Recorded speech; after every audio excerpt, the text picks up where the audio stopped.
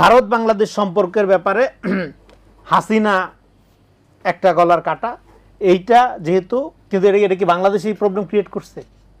এই প্রবলেম তো বাংলাদেশ ক্রিয়েট করে, বাংলাদেশের কোনো সরকারই ক্রিয়েট করেনি। এখানে তো বাংলাদেশে আসলে করার কিছু নেই। বাংলাদেশ এটা দাবি জানাইতে পারে, বাংলাদেশ এটা ডিপ্লোম্যাটিক নর্মসগুলো ফলো করতে পারে, বাংলাদেশ প্রেশারাইজ করতে পারে, জনগণও জোরালো দাবি জানাইতে পারে, কিন্তু উদ্যোগটা তো নিতে হবে ভারতকে। আরেকটা জিনিস ভারতকে বুঝতে হবে, দেখেন আমরা একটা কমন সাউথ এশিয়ান হেরিটেজের অংশীদার। হ্যাঁ, বাংলাদেশ এবং বাংলাদেশ জাতিরাষ্ট্র হওয়ার পরে বাংলাদেশি আইডেন্টিটিটা একটা সিভিলাইজেশনাল আইডেন্টিটি। আমাদের ভারতীয় সিভিলাইজেশনাল চোখ দিয়া, হিন্দুত্ববাদী বেদান্তিক চোখ দিয়ে আমাদের দেখলে হবে না। হ্যাঁ, এটা বাঙালি মুসলমানের দেশ। হ্যাঁ, আমরা একেশ্বরবাদী।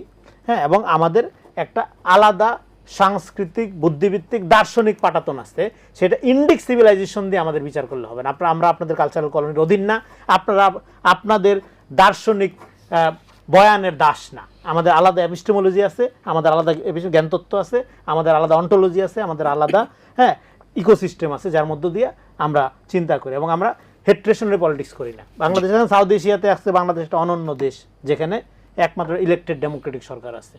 হ্যাঁ, ভারতেও ইলেক্টেড ডেমোক্রেটিক সরকার আছে, কিন্তু সেটা গণতান্ত্রিক লেবাসে একটা আল্ট্রা ফ্যাসিজম, যেটা গ্লোবালি আপনার ডেমোক্রেটিক ইন্ডেক্সে ভারতের অবস্থান আপনি দেখেন ডে টু ডে তলানিতে নামছে।